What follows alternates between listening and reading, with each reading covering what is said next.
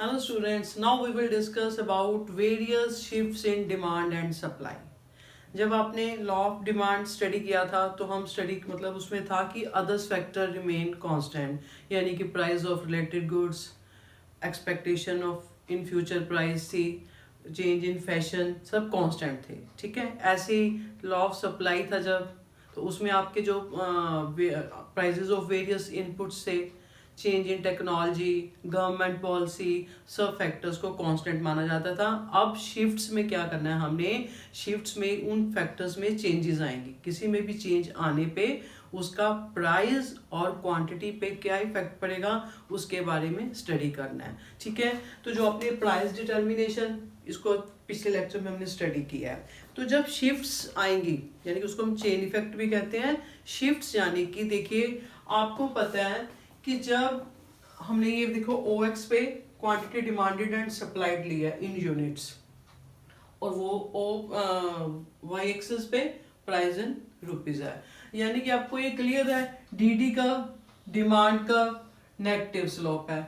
ठीक है, और ये आपकी सप्लाई कर्व है, सप्लाई का अपवर्ड स्लोपिंग पॉजिटिव स्लोप. ठीक है, यहाँ पे आपका ये इक्विलिब्रियम है जहां पर डिमांड और प्राइस आपस में कट कर रहे हैं, दैट इज इक्विलिब्रियम, यानी कि मार्केट इक्विलिब्रियम है. ठीक है ना, मार्केट इक्विलिब्रियम है, और ये आपका इक्विलिब्रियम प्राइस है, और ये इक्विलिब्रियम क्वांटिटी है. अब हमने इसमें शिफ्ट्स के बारे में स्टडी करना है. ये शिफ्ट्स के काफी सारे केसेस बनेंगे.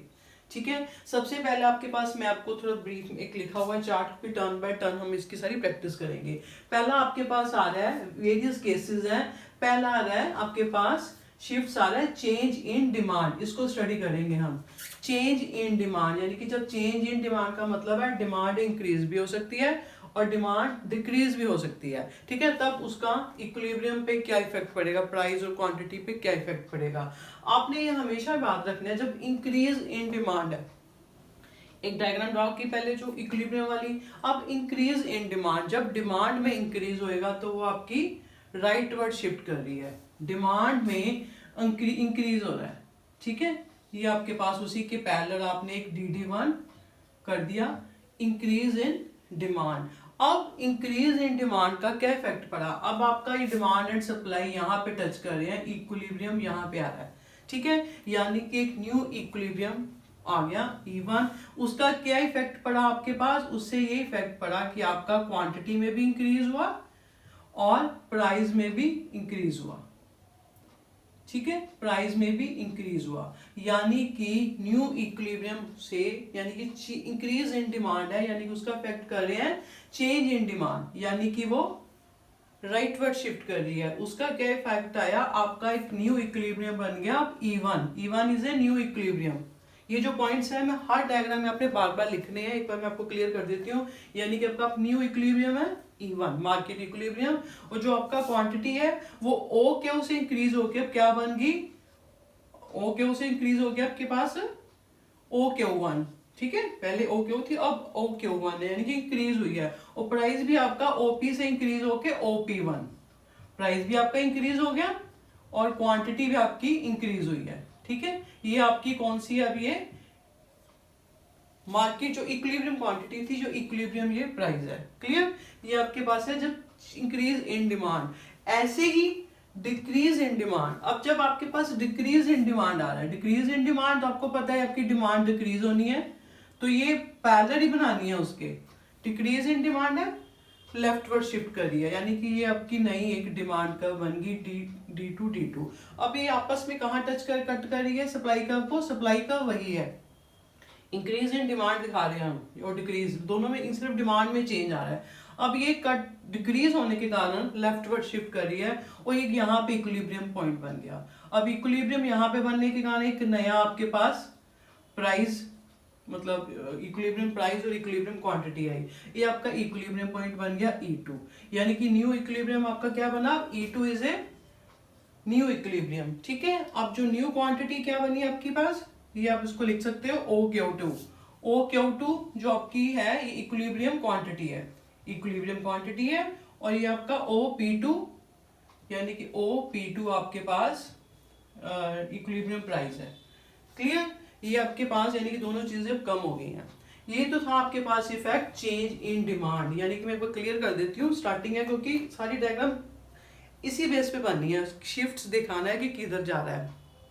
पहले चेंज इन डिमांड है, यानी कि इंक्रीज, चेंज दो टाइप का होगा, इंक्रीज और डिक्रीज। इंक्रीज इन डिमांड आपने सप्लाई कब तो वैसे ही रखनी है, इंक्रीज डिमांड हो रहा है, डिमांड कब आगे गई, तो जिसका क्या इफेक्ट पड़ा, न्यू इक्विलिब्रियम आया, जिससे आपकी न्यू इक्विलिब्रियम प्राइस बना और न्यू इक्विलिब्रियम क्वांटिटी आई। फिर decrease in demand, decrease in demand आप दिखा दोगे, डिमांड इधर को शिफ्ट हो रही है, तो जिससे एक न्यू इक्विलिब्रियम बना आपके पास E2, तो जिसके क्वांटिटी क्या थी, Q2 बनी, ठीक है, क्वांटिटी भी आपकी कम हो रही है और प्राइस भी पहले से कम हो रहा है। ये था चेंज इन डिमांड से क्या मतलब क्या इफेक्ट हो रहा है। अब आपके पास ऐसे ही आ रहा है दूसरा केस आ रहा है, यानी कि इसमें दोनों केस हमने डिस्कस कर लिए।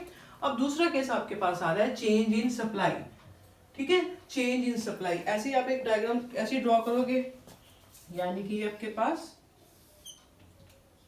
ठीक है, y एक्सिस आ गया, x एक्सिस, यहाँ पे आपने वही प्राइस लेना है इन रुपीज, यहाँ पे आपकी quantity demanded and quantity supplied आ रही है, ठीक है, इन यूनिट्स। ये मैं मतलब बार बार नहीं लिखूंगी क्योंकि मेरा टाइम कंज्यूमिंग हो रहा है, आपने हर बार लिखना है इसको अच्छे ढंग से।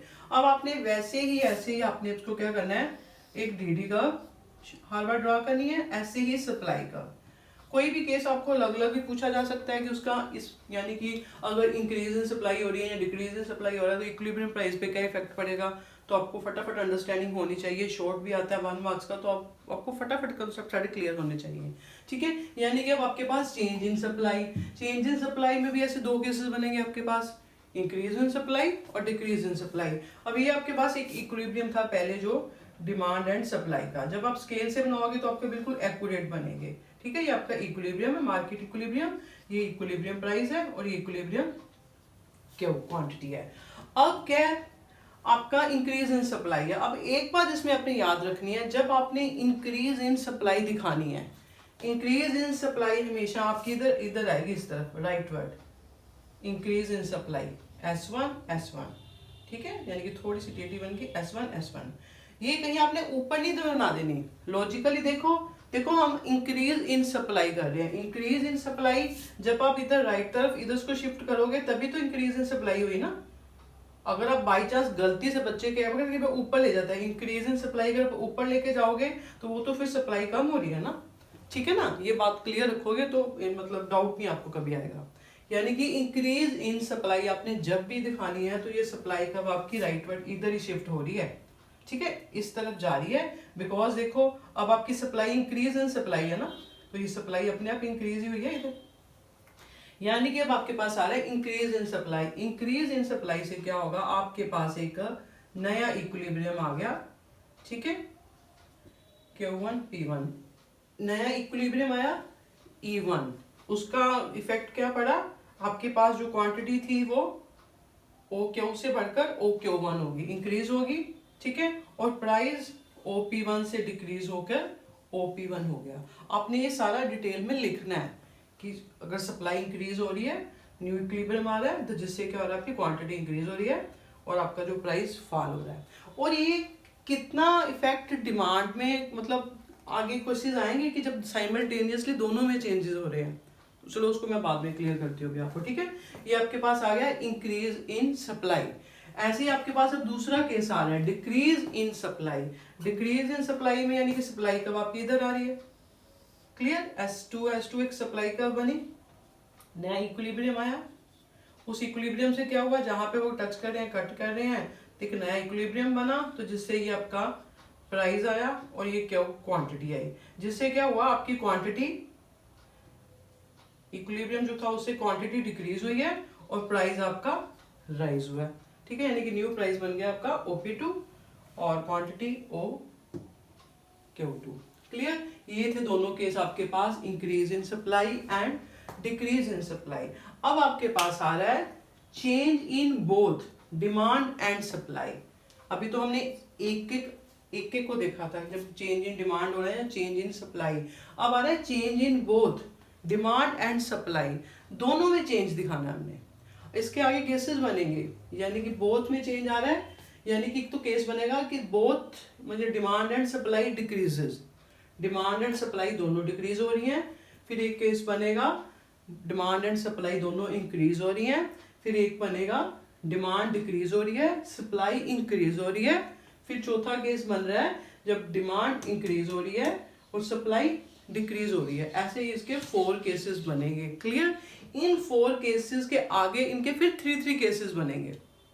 जैसे कि मान लीजिए कह रहे हैं, जैसे आपके पास पहला केस था डिमांड एंड सप्लाई डिक्रीजेस, दोनों में डिक्रीज आ रहा है।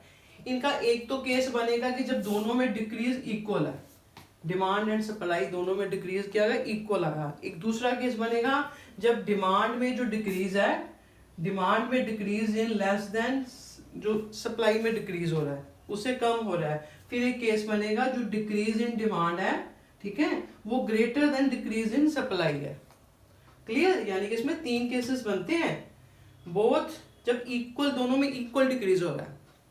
एक केस बन गया जब डिमांड डिक्रीज हो रही है पर सप्लाई से कम हो रही है। फिर एक केस बन गया जब डिमांड डिक्रीज तो हो रही है बट डिक्रीज इन सप्लाई से ज्यादा हो रही है। 3 केस बनेंगे इसमें। ऐसे ही इसमें both demand and supply increases, both में इंक्रीज हो रहा है। और दूसरा केस बोथ में तो इक्वल इंक्रीज हो रहा है।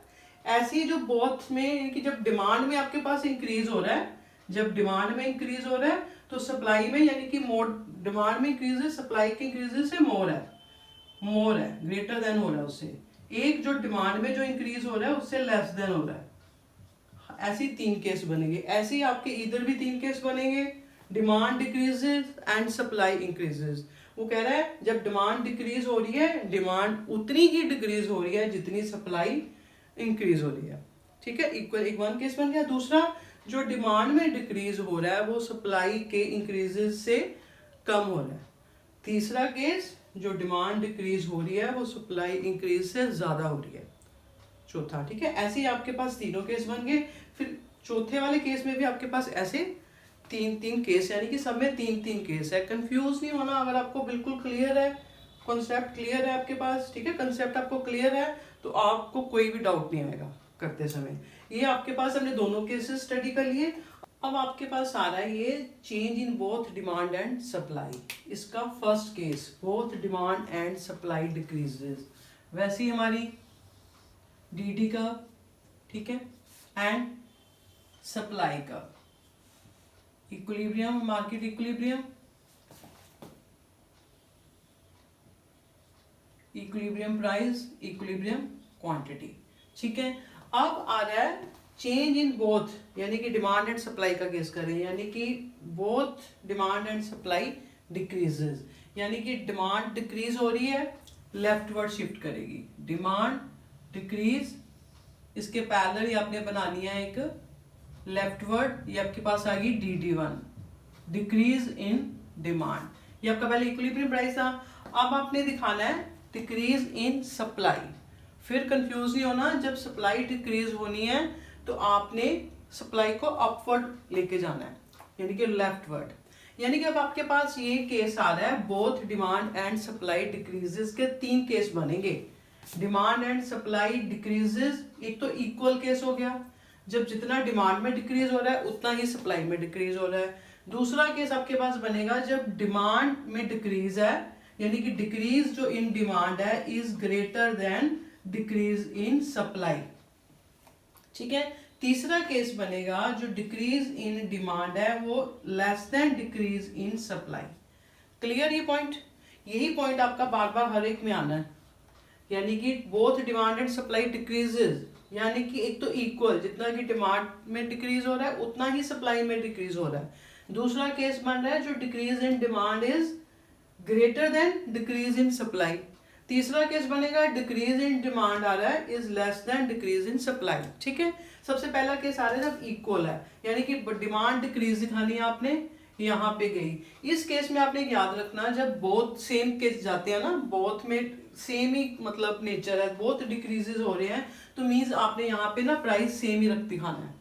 इसके लिए यानी कि मेरा कहने का मतलब यह है कि इक्वल, हमने इक्वल चेंज दिखाना है, जितना डिक्रीज डिमांड में आ रहा है उतना ही डिक्रीज सप्लाई में आ रहा है। यानी कि ये आपका पहला इक्विलिब्रियम था, डिमांड डिक्रीज हुई। और जब आपकी डिमांड डिक्रीज होगी, इधर आ रही है, तो ये आपका प्राइस है, तो आपने करना है जो नई डिमांड कर्व पे जो प्राइस लाइन कट करी है ना, उसी में आपने उसके पैरेलल एक फिर सप्लाई कर्व ड्रॉ कर देनी है, SS1 सप्लाई कर्व, क्योंकि सप्लाई डिक्रीज हो रही है, ऊपर जा रही है।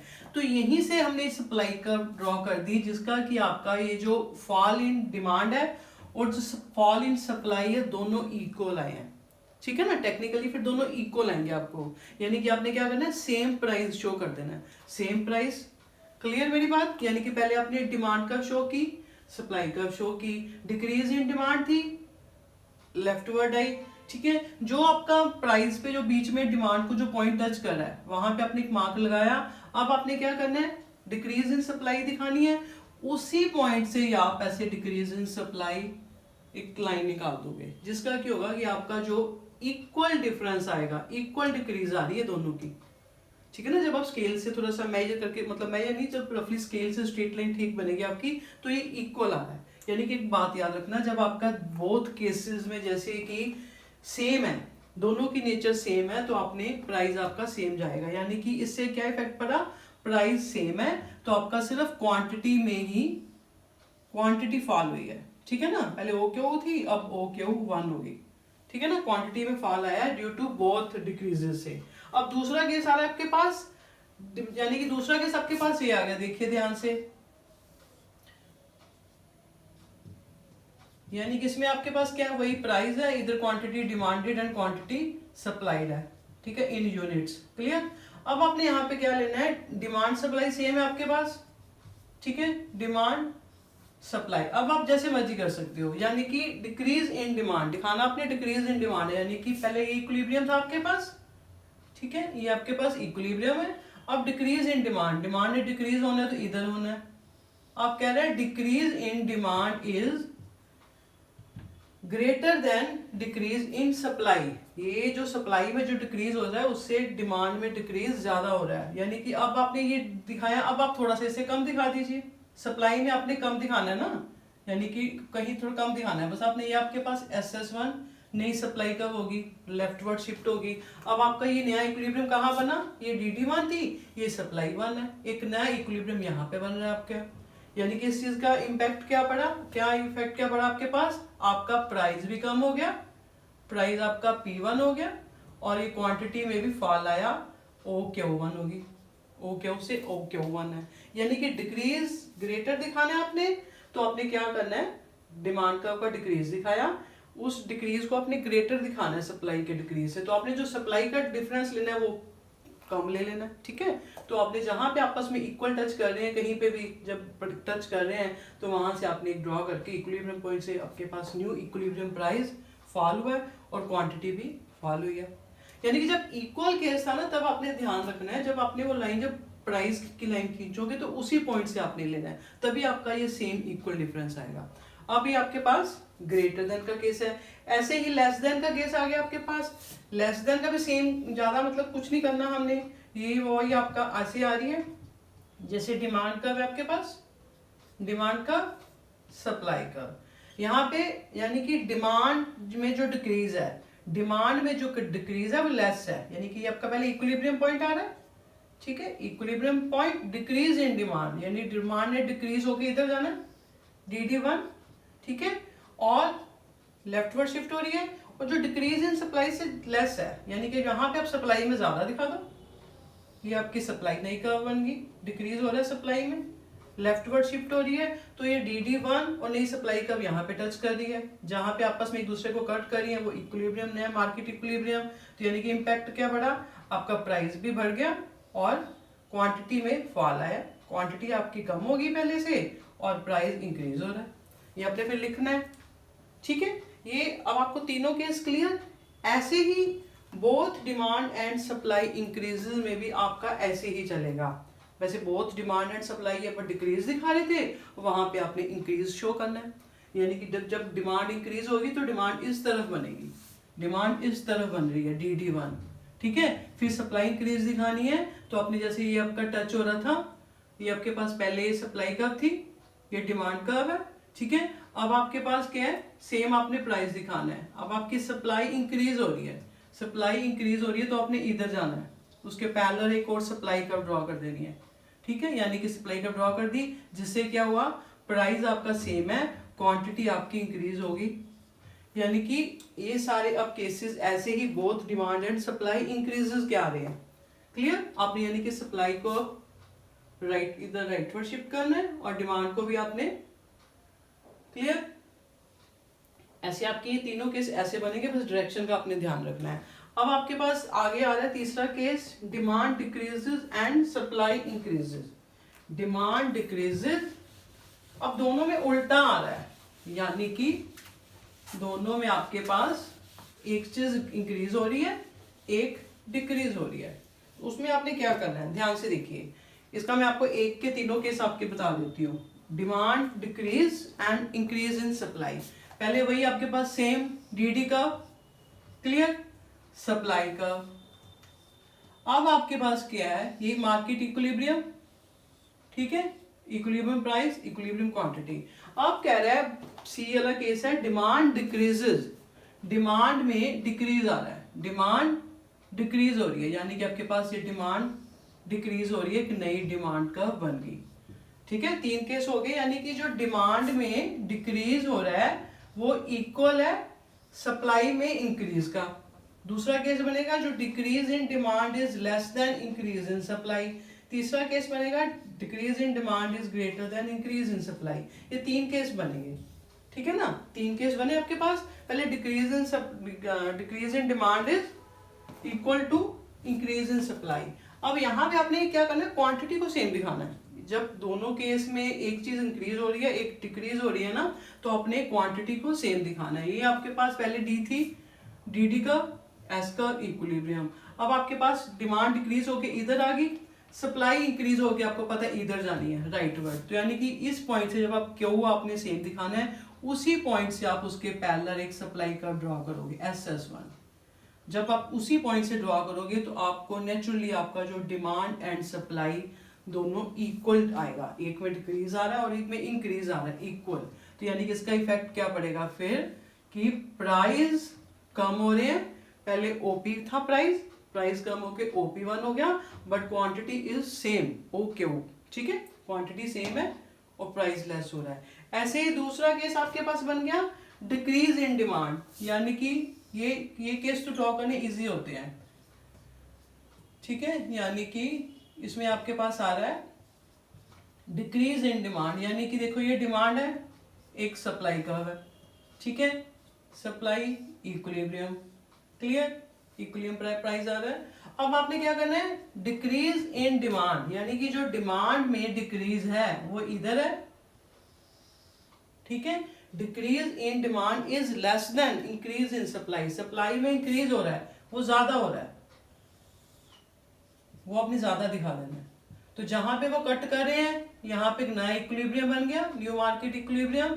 उस पर क्या इम्पैक्ट आ रहा है, क्वांटिटी भी इंक्रीज हो रही है और प्राइस फॉल हो रहा है, प्राइस फॉल हो रहा है, क्वांटिटी इंक्रीज हो रही है, ठीक है। ये आपने सिर्फ इतना रिलेशन ही बताना है कि प्राइस और क्वांटिटी के, मतलब उन्हें प्राइस डिटर्मिनेशन है हमारा टॉपिक, कि उसमें क्या चेंजेस आ रहा है, कैसे डिटरमिन होगा, कितना कितना इफेक्ट पड़ रहा है, वो आपको बताना आपका नहीं, आपको जरूरत नहीं है। यानी कि डिक्रीज इन डिमांड के कारण कितना इम्पैक्ट आया और इंक्रीज इन सप्लाई के कारण क्या इम्पैक्ट पड़ा है, उसको आपको अलग अलग से बताने की जरूरत नहीं। सिंपली आपने डायग्राम ड्रॉ करके बस प्राइस डिटर्मिनेशन आपसे पूछा जा रहा है, तो प्राइस बताना है कि उसका प्राइस और क्वांटिटी पे क्या इफेक्ट पड़ रहा है, क्लियर। ऐसे ही आपके पास तीसरा केस आ जाएगा। तीसरा यानी कि डिमांड में डिक्रीज हो रहा है, सप्लाई में इंक्रीज हो रहा है, यानी कि डिमांड में जो डिक्रीज है, ठीक है, इज ग्रेटर देन, यानी कि आप क्या करोगे, सिंपल आपने ये डीडी कर्व है, ठीक है, और ये आपकी सप्लाई कर्व है। अब डिक्रीज इन डिमांड आपने ग्रेटर दिखाना है, डिक्रीज इन डिमांड आप इधर कर लो, ज्यादा दिखा दो। सप्लाई में जो इंक्रीज है आपके पास वो कम दिखाना है। पहले इक्विलिब्रियम यहाँ पे है, फिर आपने उसको ऐसे कम दिखा देना है, यानी कि आपका फिर यहाँ पे आ गया एक, यहाँ पे इक्विलिब्रियम पॉइंट बन गया, जिससे भी क्वांटिटी फॉल आ रही है, प्राइस में भी फॉल हो रहा है, ठीक है ना। पहले आपका था ये डीडी, ओके, ये सप्लाई, सप्लाई इंक्रीज हो रही है, मतलब ठीक है, डिमांड में डिक्रीज ज्यादा हो रहा है और सप्लाई में इंक्रीज कम हो रहा है, तो उसका क्या इम्पैक्ट आया, ठीक है। यानी कि ऐसे ही केस अब आपके पास आगे चौथे वाले में भी ऐसे ही बनेंगे। Demand decrease in demand is and supply sorry demand increase हो रही है, सप्लाई डिक्रीज हो रही है। तीन केस बनेंगे। डिमांड जो इंक्रीज हो रही है equal to decrease in supply. दूसरा case increase in demand is greater than decrease in supply. तीसरा case increase in demand is less than decrease in supply. तो आप इजीली आप इसको ड्रॉ कर सकते हो। अब आपके पास आ रहा है स्पेशल केसेस। स्पेशल केसेस में आपके पास क्या आ रहा है, इसमें आपके पास स्पेशल केसेस में, स्पेशल केसेस इजी बिल्कुल, उसमें आपके पास आ रहा है ये कि पहला आ रहा है आपके पास change in demand when supply is perfectly elastic. When supply is perfectly elastic. Price in rupees, ये आपने हर समय शॉर्टकट नहीं मारना, लिखना है। मैं शॉर्टकट मार देती हूँ बिकॉज ऑफ लेक्चर प्रिपेयर में टाइम ज्यादा लगता है और क्लियर इन यूनिट्स है। अब आपके पास क्या आ रहा है, change in demand when supply is perfectly elastic. जब सप्लाई परफेक्टली इलास्टिक है तो आपको पता है वो पैरेलल टू OX होती है, परफेक्टली इलास्टिक है supply. And change in demand, ये डिमांड कर्व है आपके पास, ठीक है। डिमांड कर्व चेंज, यानी कि पहले इक्विलिब्रियम यहाँ पे आ रहा है आपका, ये आपका प्राइस है, ये क्वांटिटी है। अब change in demand, demand increase भी होगी डिक्रीज भी होगी। जब इंक्रीज हो रही है, ठीक है, तो आपकी इधर जा रही है, ठीक है। इंक्रीज इन डिमांड के क्या इम्पैक्ट पड़ा, क्वांटिटी आपकी इंक्रीज होगी, ठीक है ना।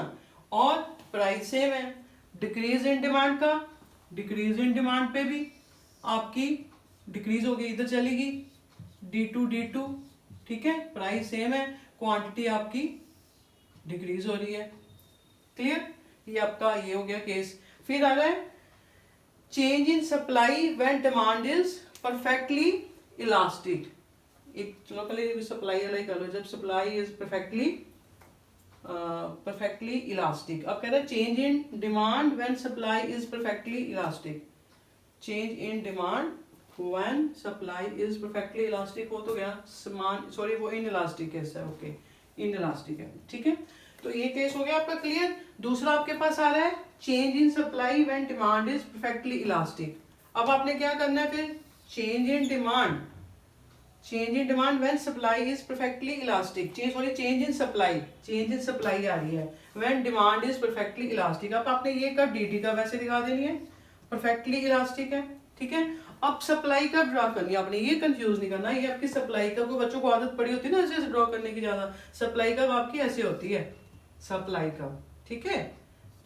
ये आपकी सप्लाई का इधर है, ये आपका इक्विलिब्रियम बन रहा है, क्लियर। अब कह रहे हैं change in supply, supply increase भी हो रही है, सप्लाई डिक्रीज भी हो रही है। सप्लाई जब इंक्रीज हो रही है तो आगे जाएगी राइटवर्ड गई, SS1 एक न्यू आई, ठीक है। उससे क्या हुआ, क्वांटिटी में इंक्रीज हो रहा है, प्राइस सेम है। और जो डिक्रीज इन सप्लाई दिखानी है हमने, इस वर्ड लेफ्टवर्ड जा रही है, डिक्रीज इन सप्लाई, ठीक है। डिक्रीज इन सप्लाई में क्या हो गया, ये आपका प्राइस सेम है, क्वांटिटी आपकी कम हो रही है, ठीक है, क्लियर। तीसरा change in supply when demand is perfectly inelastic. अब आ गया केस इनइलास्टिक का। इनइलास्टिक आपको पता है कैसे था,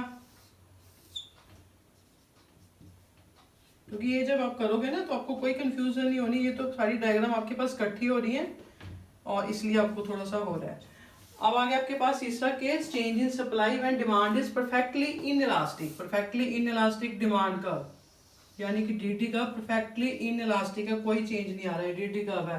अब चेंज इन सप्लाई दिखाना है हमें। सप्लाई कर्व हमें पता है, बस याद रखना, ये सप्लाई कर्व है, पहले सप्लाई कर्व ये है, तो आपके पास यहाँ पे आपका ये प्राइस क्वांटिटी। अब चेंज इन सप्लाई है, सप्लाई इंक्रीज भी होगी, ठीक है। सप्लाई पे इंक्रीज होने का क्या हो रहा है, ये आपने पैरेलल आनी चाहिए आपकी, ठीक है। पैरेलल S1, ये आपके ऐसे ना उसके पैरेलल होती है ऐसे, ठीक है। S1 तो हो रहा है जब, तो आपके पास एक नया इक्विलिब्रियम पॉइंट बना, यहाँ पे टच कर रही है, जिसपे कि आपके पास क्वांटिटी सेम आ रही है, प्राइस में एक फॉल हो रहा है, OP1 एक नया प्राइस बन गया, ठीक है। अब डिक्रीज इन सप्लाई भी होगी, जब चेंज है तो वही सप्लाई का वैसे जा रही है, S2 यहाँ पे टच हो रहा है, E2 इक्विलिब्रियम, क्वांटिटी सेम है, प्राइस इंक्रीज हो रहा है, P2, यानी कि प्राइस पहले इतना था, अब प्राइस P2 हो गया। यानी कि ये बस ये बातें याद रखनी है, जब सप्लाई का ड्रॉ करनी है तो अपने ऐसे ड्रॉ करनी है, कंफ्यूज नहीं कर जाना डिमांड कर्व के साथ। तो जब इंक्रीज दिखाना है तो ये राइट वर्ड इधर को आ रही है, ठीक है। तो ये चौथा भी केस आप अपने ड्रॉ कर सकते हो इजीली। इन इलास्टिक, जब चेंज इन डिमांड में supply is perfectly in elastic, और फिर आपने यहाँ पे सप्लाई कर्व दिखा देना है, यानी कि सप्लाई कर्व गई आपकी ये, ठीक है, ये आपकी सप्लाई कर्व है, आपने डिमांड कर्व दिखा देनी है। ये आपकी डिमांड कर्व फिर ऐसी आएगी, बस ये मत कंफ्यूज हो जाना। डीडी कर्व है, जब बढ़ रही है और जब कम हो रही है तो क्या हो रहा है, ठीक है। ये अब आपके पास सारी डायग्राम्स होगी इसकी, तो कंफ्यूज नहीं होना। साथ के साथ अभी इसकी प्रैक्टिस कर लो, ठीक है। जब कोई डाउट लग रहा है तो आप मेरे को कमेंट बॉक्स में पूछ सकते हो, और साथ के साथ इसकी प्रैक्टिस कीजिए। तो लास्ट, अब नेक्स्ट जो लेक्चर होगा अपना लास्ट, फिर अपने माइक्रो इकोनॉमिक्स का जो सिलेबस है कंप्लीट हो जाएगा। उसके बाद हम न्यूमेरिकल्स की प्रैक्टिस, टिपिकल क्वेश्चन या पेपर पैटर्न के को डिस्कस करेंगे। Have a nice day.